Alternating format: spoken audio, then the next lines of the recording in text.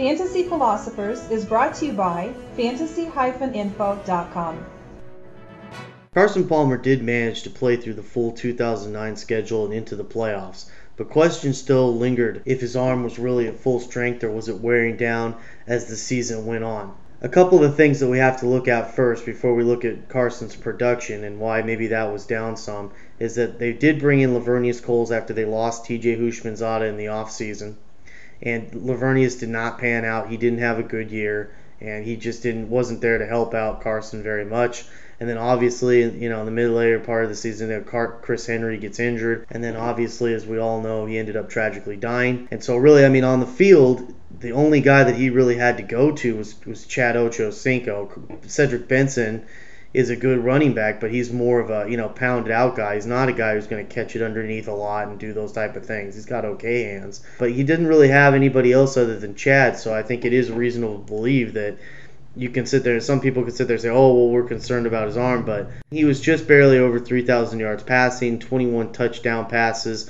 Usually what we saw from Carson once he was in stride between 2005 and 2007, we were close to seeing him at around over or just below 4,000 yards passing and somewhere between about 26 to 32 touchdown passes. So yes, he did drop down on the touchdowns. He did drop down on the yardage. I'm going to say that was more to do with the fact that he just didn't have much out there other than Chad to get the ball to. This offseason, they've gone out and gotten Antonio Bryant.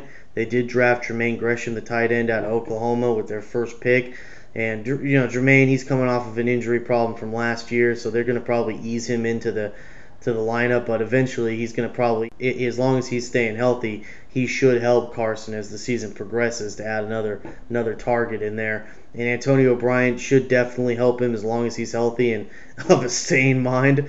Bryant will do well for him. He's got a lot of talent. So putting Chad and Bryant together should help Carson out. We've still got him ranked around the 16th fantasy quarterback for you to take this year. I don't think this is the year really for him, for fantasy-wise, that you'd really want to have him as any kind of a starter, maybe a backup. Obviously in deeper leagues, he's probably worth that. Look for him. I would say he's probably going to get closer as long as this does in fact hold true that I do think his arm is okay. Then he should get back to probably more 3,500 yards passing and maybe around 25 touchdowns, 26 touchdowns, somewhere in there. Hopefully we can see him kind of bounce back there. And as Jermaine Gresham gets a little older and maybe some other young receivers come out and start asserting themselves in the offense, maybe then we can start saying that Carson's ready to be a more viable option in fantasy again coming into 2011. For more fantasy football information, go to fantasy-info.com and sign up for our free e-newsletter. Good luck in your 2010 Fantasy Football League.